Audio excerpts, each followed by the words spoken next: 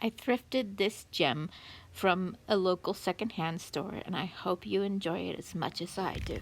Let's read it together. This is the story of Peter Pan.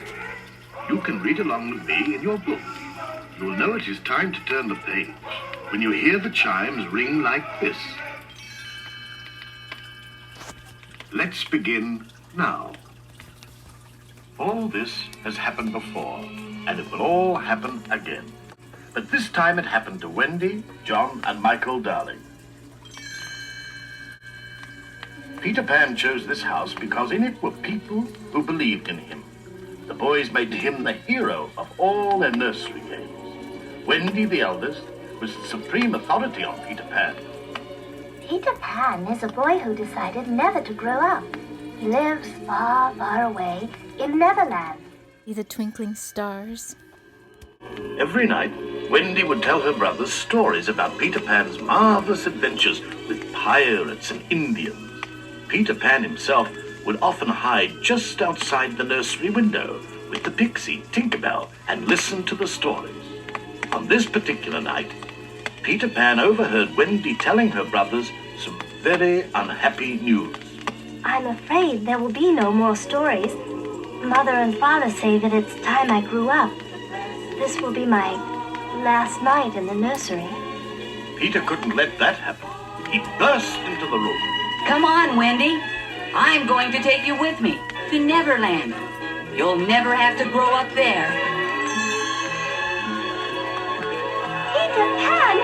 Oh, I just knew you would come. John! Michael! We are going to Neverland!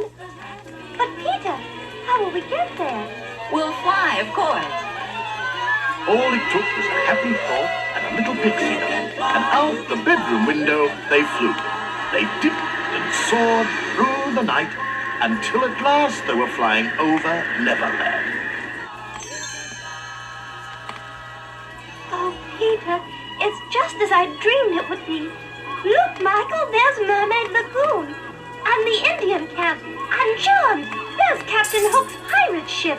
John could hardly wait to cross swords with real pirates. What an exciting place. Neverland promised to be lots of fun for them all. Little magic on each page. Peter Pan took everyone to his secret hideout underneath a big hollow tree. The Lost Boys lived there too, and were eagerly awaiting Peter's return. Peter introduced them to Wendy. I've brought someone to be our mother. She's Wendy, and she can tell stories. John and Michael didn't want to hear any stories just yet. They were anxious to make friends with the Indians, or fight some pirates, or go hunting with the Lost Boys. Is that a pet rabbit? Peter thought for a moment. I know. Let's visit the Indian camp. John, you lead the way. Usually the Indians playfully captured the Lost Boys.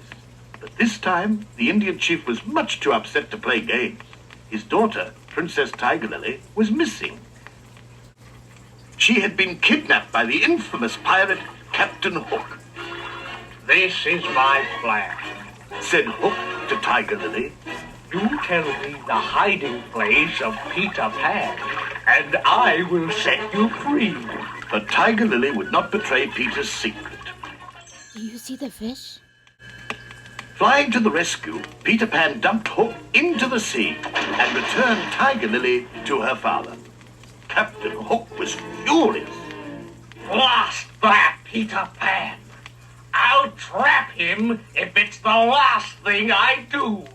Now let me see. I've got it. I'll kidnap those brats he calls friends and hold them here on my ship. Then Pan will have to come to me. While Peter was away, Captain Hook captured Wendy, John, Michael, and the Lost Boys. The children were taken to the pirate ship and tied to the mast. They listened as Hook told them their fate. Now, my fine fellows, which will it be? Will you all turn pirates? Or do you want to walk the plank and fall kersplash into the sea? Wendy proudly shook her head. We will never become pirates. Peter Pan will save us. Captain Hook sneered at Wendy. So you think Peter Pan will rescue you, hmm? All right. You walk the plank first. The captive boys watched fearfully as Wendy walked bravely off the end of the plank. But Wendy's faith in Peter was rewarded. He swooped down and saved her from the sea. Captain Hook was furious. You won't fight me man to man. You always fly away like a cowardly sparrow. Nobody calls Peter Pan a coward. I'll fight you, and with one hand behind my back. You codfish. Peter grabbed the sword and landed on the deck. The two fought their duel back and forth, up and down the pirate ship. Finally, Peter got the upper hand. Admit it, Hook. You're a codfish. You win, Pan. I am a codfish. And Peter chased Hook and his pirates off the ship. Now I'm captain of the ship. Crowed Peter, and everyone cheered. Where shall we sail? But Wendy was beginning to feel homesick. Actually, Peter, it's time we went home. Mother and Father will be worried if they find us missing. Peter would have liked his guest to stay longer, but he knew Wendy was right. We'll fly you back in the ship. Raise the anchor. Ready the pixie dust. Tinkerbell darted about, sprinkling pixie dust everywhere. The mighty pirate ship magically rose out of the water and took to the sky.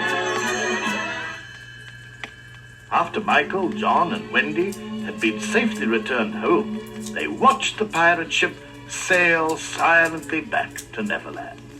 Peter and the Lost Boys waved goodbye. They aren't ready to grow up yet. Explained Wendy. She put John and Michael to bed. Then she settled down for her last night in the nursery.